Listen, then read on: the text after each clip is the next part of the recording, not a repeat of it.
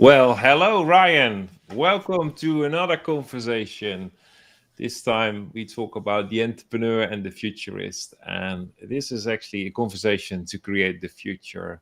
Season 2, episode 24. And I don't know if we're going to reach the 30 this year, but we really are into some kind of a flow. And I'm really happy to talk about entrepreneurship and futurizing today with my good friend Ryan. So, welcome, Ryan. How are you doing? I'm doing well. Happy to be here. So, doing well, keeping busy. What have you been up to that is really interesting? And when we talk about like understanding what's the emerging future in your world. Working on curriculum development and training development on purpose management. And some of the core models within that are moving from, one of the core models is moving from a past present to a future present perspective. And then a lot of applications of that, both within a leadership mindset, how that can play out and affect recruiting, development. Yeah. Yeah, lots of different kind of applications and pieces of that. But that's Too much to give away immediately. Like it's the whole curriculum. Well, one of the things that we talked about in the past is about purpose in an organization, like having shared purpose.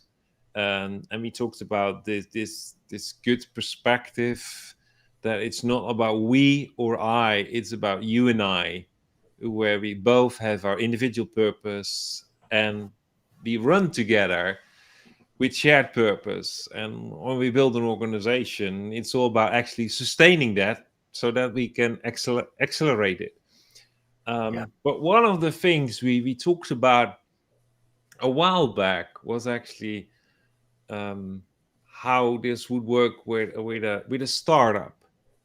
So I thought it's interesting to look at a startup uh, in respect to, for instance, like a scale up, and and I know you have interesting thoughts about it, and that triggered interesting new thoughts on my end. So I think it's interesting to talk about like what are the pitfalls if you are in a scale up and you want to grow and actually do that too soon as a scale up. yeah. So what are your thoughts about that? What do you think is really key before you start thinking of growth as a small business or Yeah, so there's a lot in that. So just sort of some basics. There's proof of concept. There's proof of a revenue model. I mean, you don't want to throw gasoline on a fire before you know that what you're going to be growing is a magnification of something good, and what comes out of the other end of that, whether that's a process or a business model or a product market fit or any of the components of Hmm. the startup world.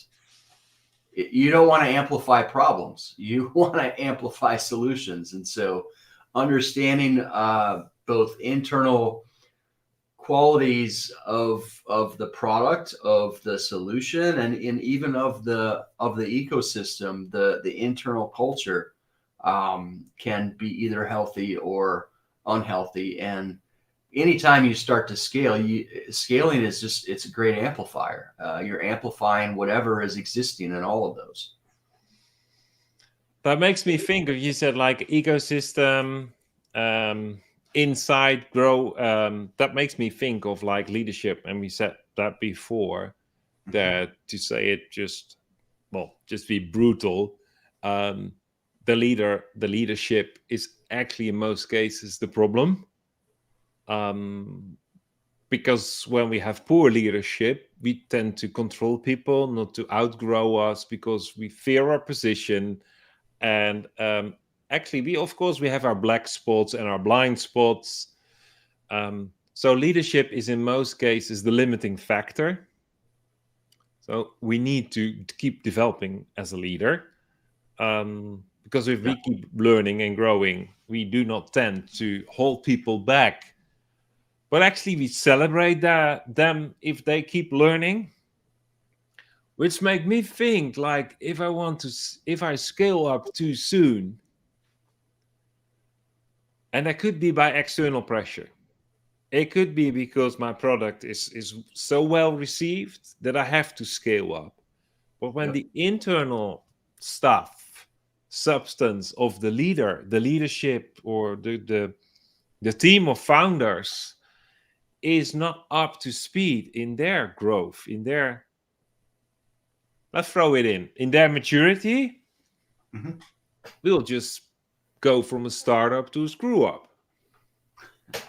Yeah, and how that manifests is bottlenecks and just that lack of releasing actually is a big component I've seen in one organization where the leader was, I mean, they wanted to scale, at least that was what they said, but um, they didn't have the maturity of and the processes to actually release people in their roles and responsibility. And so when they went to scale, they kept hitting that sort of the bottleneck or the ceiling of their own maturity constraints. And so, yeah, it's a, like I said, it's an amplifier, and if it's an amplification of an unhealthy leader, that's usually manifested in the culture, or at least the signals are there. They have the greatest influence, and so, you know, that they're a business leader's maturity level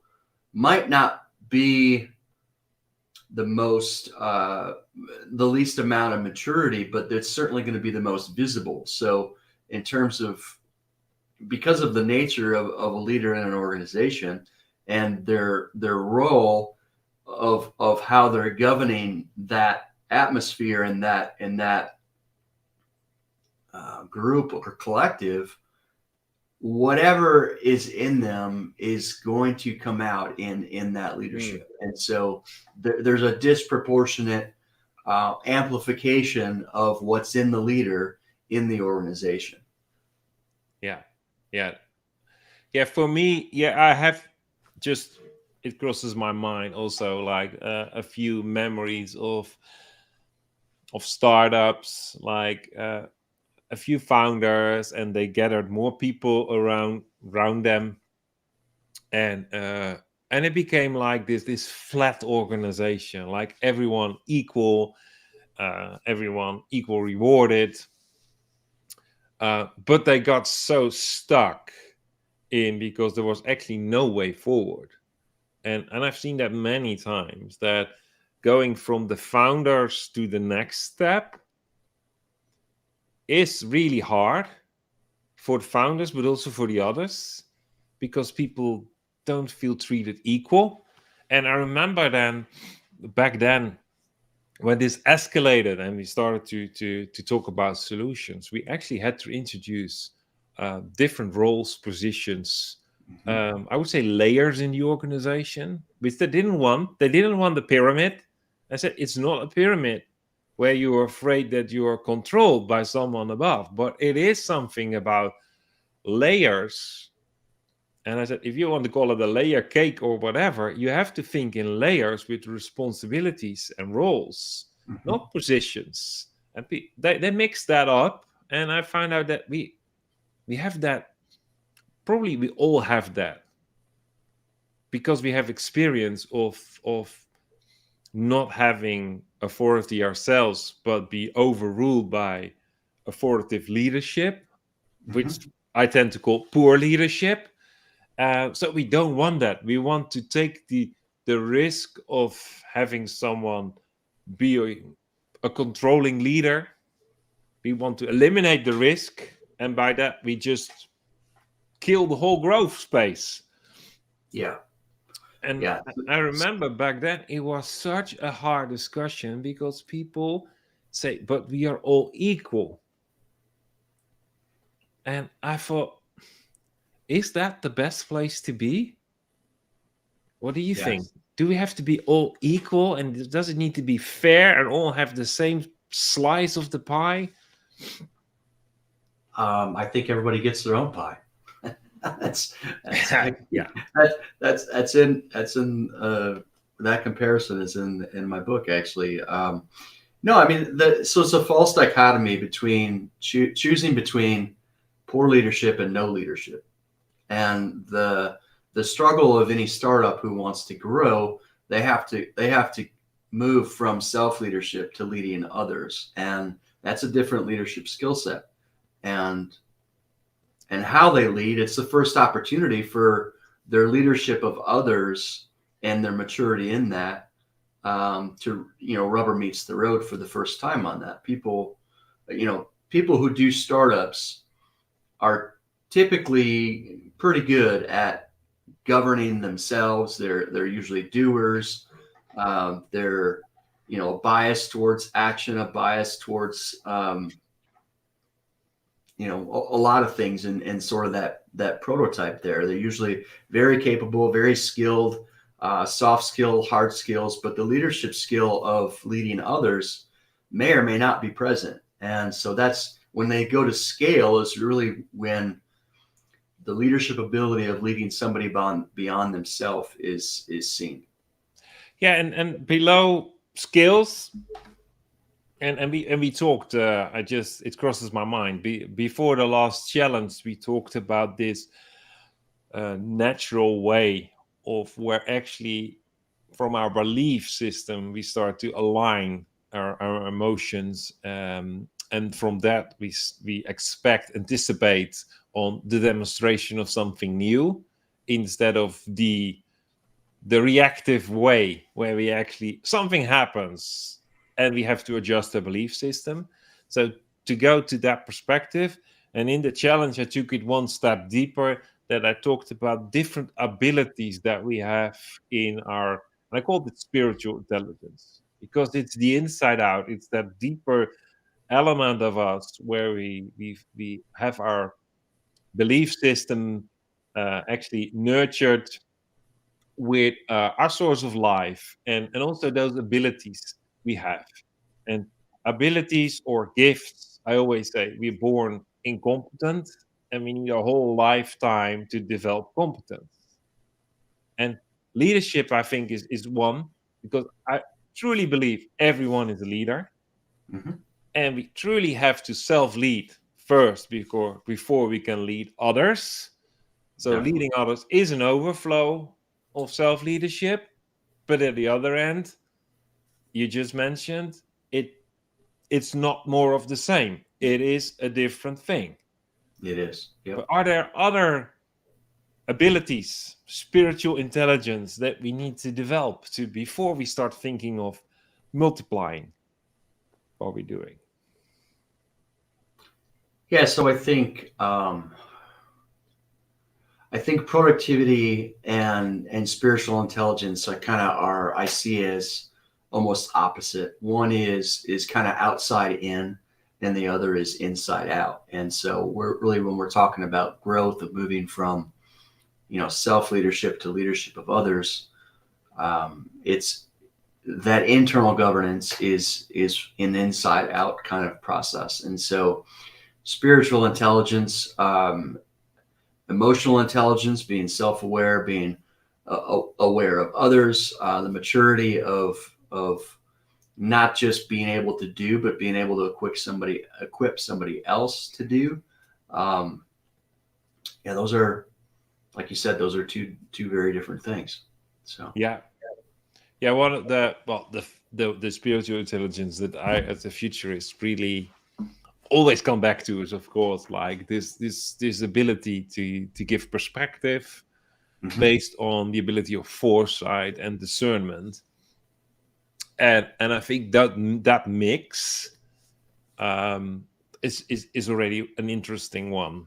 And when we start to lead others, like, can we Mhm. help others to give them perspective based on what we have foresight for, or what we discern is happening, without lecturing them, of course, because then we're back to the control.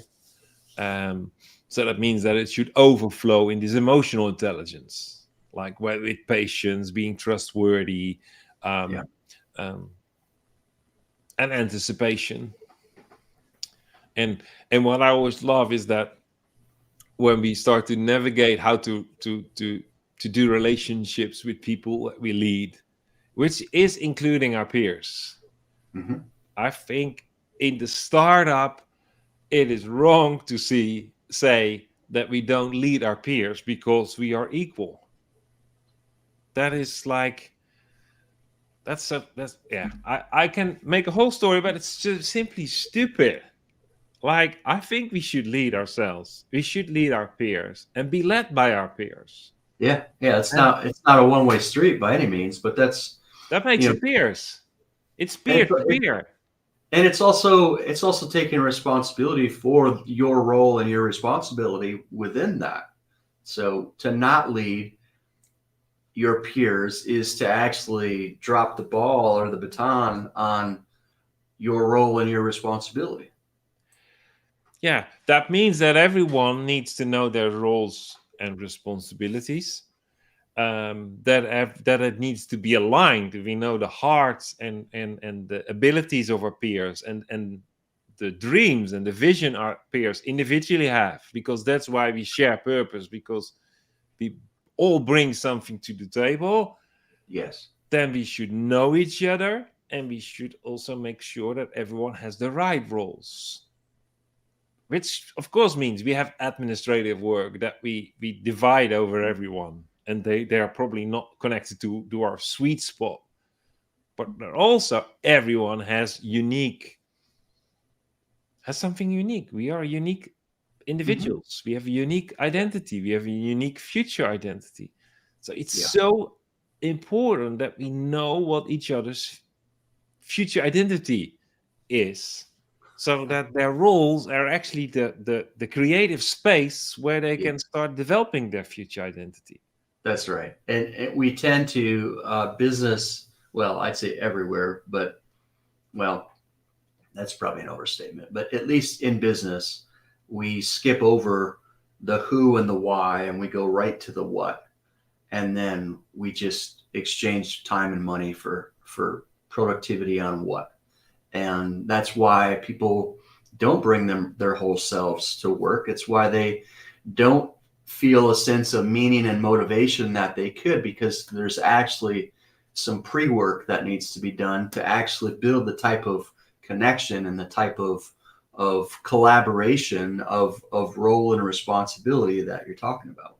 So just let's check if I got that one. We skip the why and the how, and we go immediately to the what when we talk about productivity.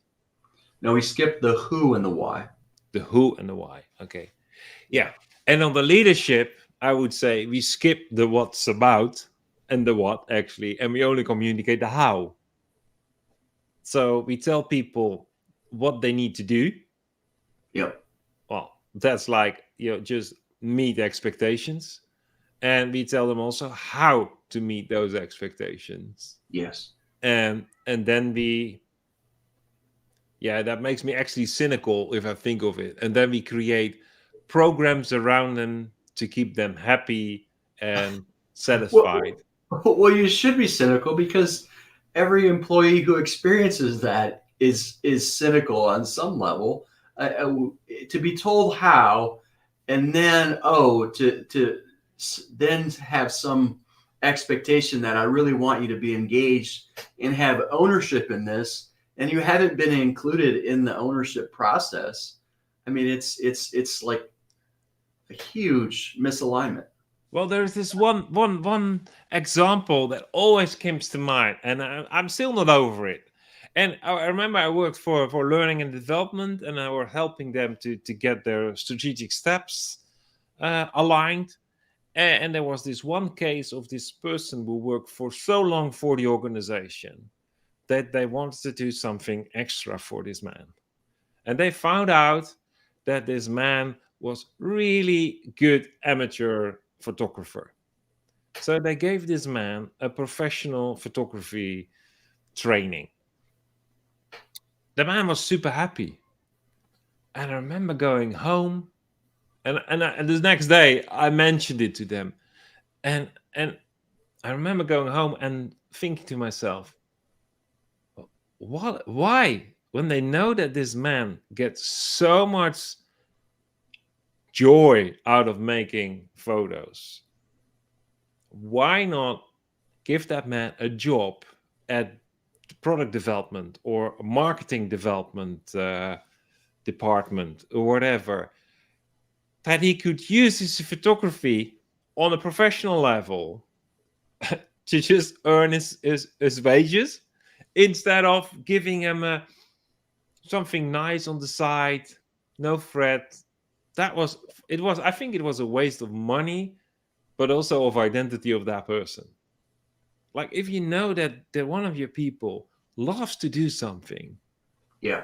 and there is a place in your organization where that person could be in an amazing creative space to grow, why not make the calculation? 1 + 1 is always 2 or 10. Well, inside joke. It's because it's the brutal answer is it's because only one out of the 1 + 1 matters for the organizational goals, and that's where there needs to be a 1 + 1. There actually needs to be multiple visions. There needs to be a vision for what's important to the employee and not just what's important to the organization. It's not a 1 + 0. It's got to be a 1 + 1. Yeah, that's why I don't like the word human resources. Humans should not be consumed. I agree. I think it should be about human relationships where we should know each other's desires, longings. Because, take the example of this person. If that person would be in the right department, doing what he loves to do, he would be such a creative inspiration for all other people in all other departments, because he connected 1 + 1. And even if it's I mean, in the example you gave, even if it's not, him completely switching departments and functions within the organization, but maybe it's a side project that he can kind of grow and mature, and the amount of meaning and motivation that come out of that would spill over and fuel not only his teammates but himself in his previously identified roles and responsibilities would be enormous. That's where the ROI is in all of this. Well, one of the things we always talk about, Edward de Bono, if we talk about creative thinking, and the man who started with the thinking hats. But one of the things he said is that it's a unique human ability to go across silos, even in our thinking. Like, we tend to store everything in silos. It's how we organize our businesses with functional orientation, but it's also how our mind works. But the human mind has this unique ability to make cross connections between those things that are not related to anything, but always lead to creative new thoughts. Yeah. Which could lead to innovation. But in the business, it's like, this is what we do.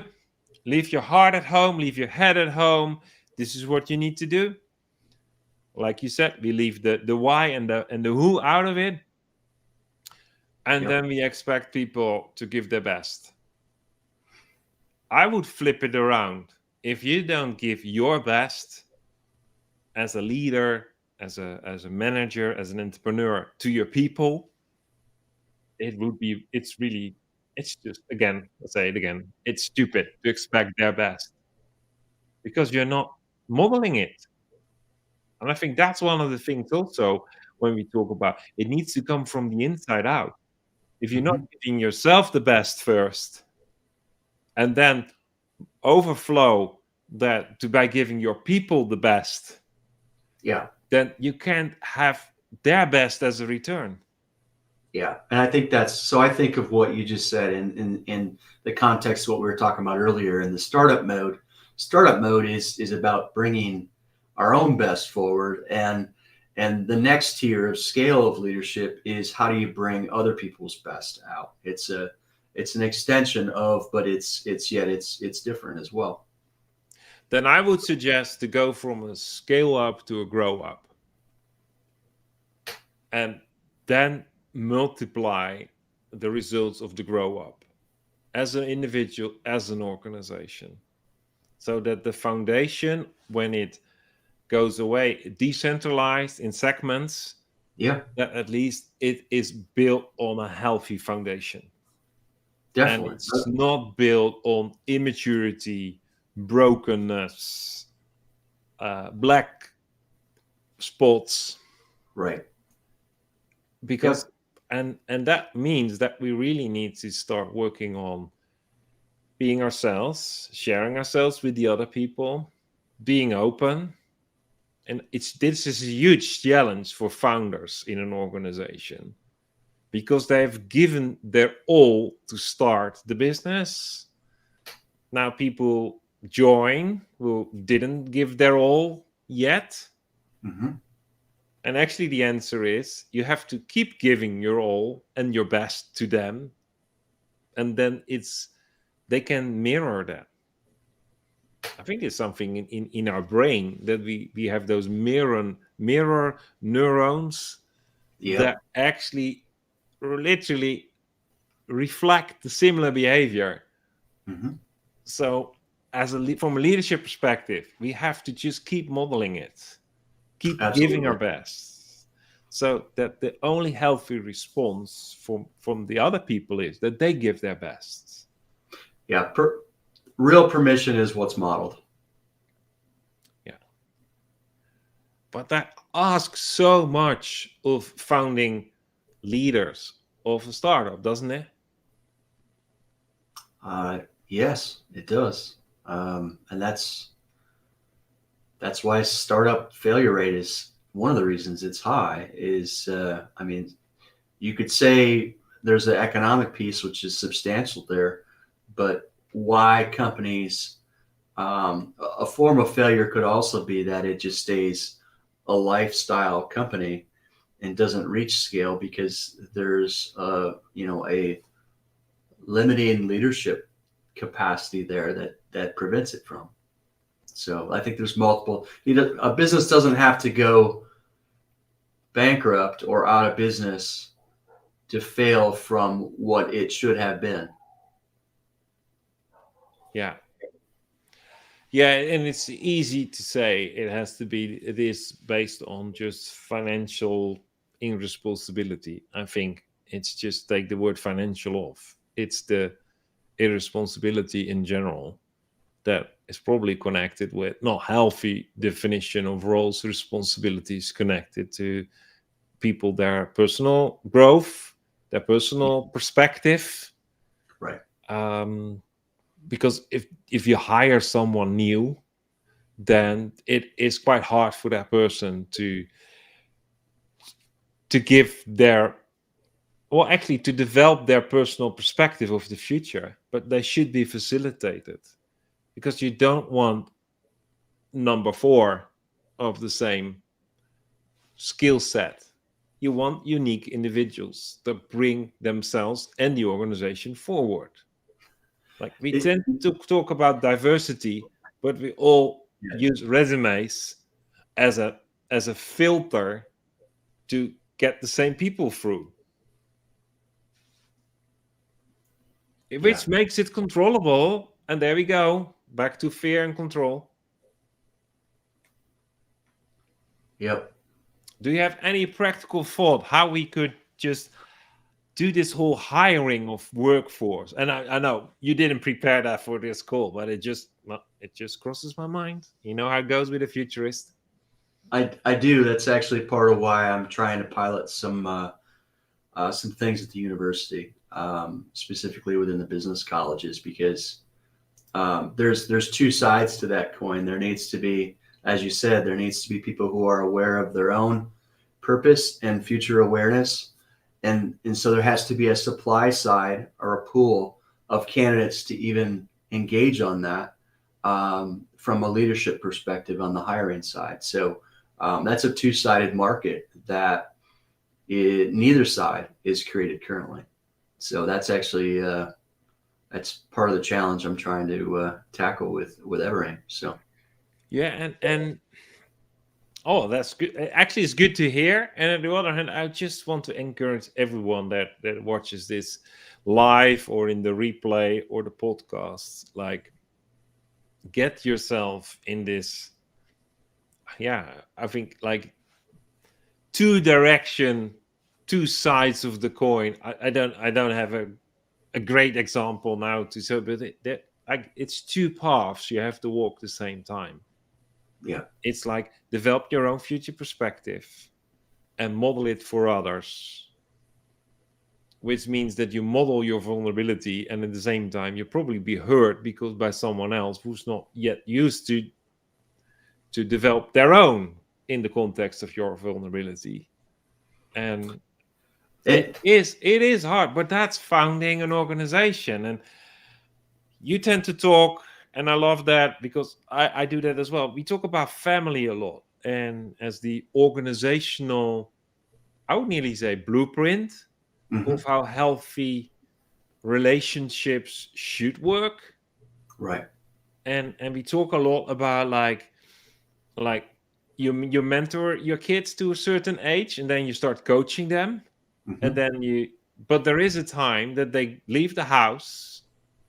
So they leave your as a leader, they leave your span of control, they outgrow you because they leave the house, and you start supporting them.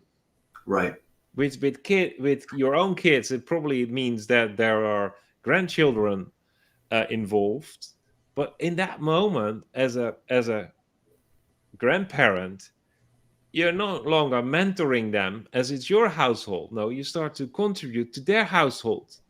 Right. And I think as a leader in an organization, as a founding member of a startup, it is the similar growth stages.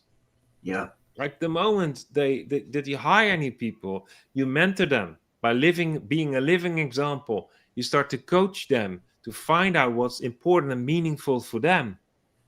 And then there is a moment you release them. And I think that's a healthy place for a scale up. The moment they outgrow you, you release them, you stay the founding member, and you start supporting them in their adventure. Absolutely. Yep. That's. I mean, you've outlined the different stages of what I'm involved with, which is the mentorship and the coaching, and then creating a culture that is healthy enough leadership wise to release and actually celebrate that. That's, you think of any household that doesn't want, has a high level of control within the family context. Um, Man, when they get out of there, it's usually not a good thing. It's a well, let me say that differently. It's usually because they have to escape, not because they're launching well. How somebody leaves Yeah. a family is usually indicative of the culture of that family. And so, Yeah, we've someone said this week to me, because of what you say, like you escape the prison to actually build your own prison. And we always say, like, without boundaries there is no freedom. yep, But the difference between a boundary and a prison wall is very small, because the difference is the boundary wants to keep the outside out, and the prison wall wants to keep the inside in. So a healthy family structure is about boundaries. A healthy organizational structure is about boundaries to protect the inside from the outside, so that there is this free space, creative, mentally, to develop, to flourish, to extend. And that's right. then when you release it, it creates the other free spaces. Yeah, and the major difference between those two that you mentioned, the boundary and the cell prison, is who controls the keys, right? When we have little kids, as parents, it's right to control that key and make sure they don't run out into the street and all this sort of stuff.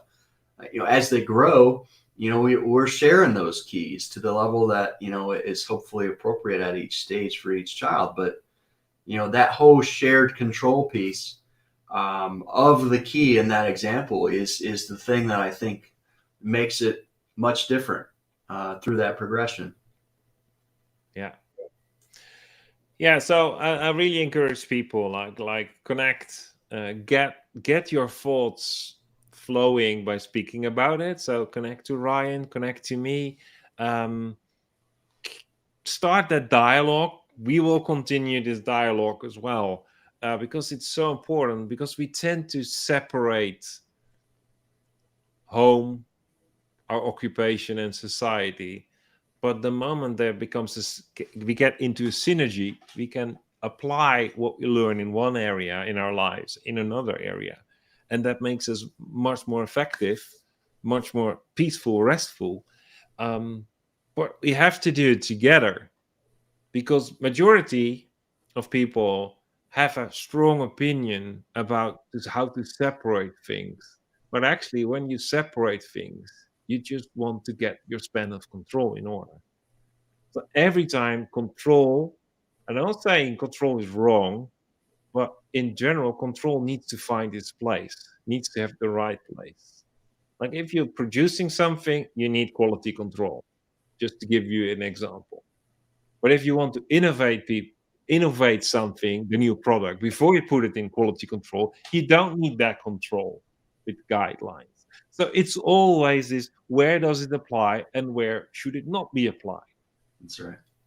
And then with the maturity. So it is a very multidimensional, complex setting, because we have to do it with people. And when people are involved, it is always complex. We cannot make it simple or breast, because then, well, we can, but then we introduce control. So we don't want to go there. And well, Ryan, to be mindful of your time and be mindful of the people that are watching live, I want to thank you. I think this is we can unpack this, and it will probably come back. But and I just remember it, like go from a startup to grow up before you multiply, and don't be forced by the outside to go too soon in a scale up, because you will multiply things that you have to solve then on many areas, which probably means that your organization will not survive. So connect to Ryan, connect to me, and looking forward to have the conversation soon with you again. Thank you. Thank And you for the opportunity. yes, and yeah, I'm excited about this. What we just talked about. Yeah, I don't know. We'll find out what it means in the coming sessions we will have. So thank you, and for all out there, find your peers inside your organization, outside your organization, and connect to get the conversation going. See you soon, and thank you for your time.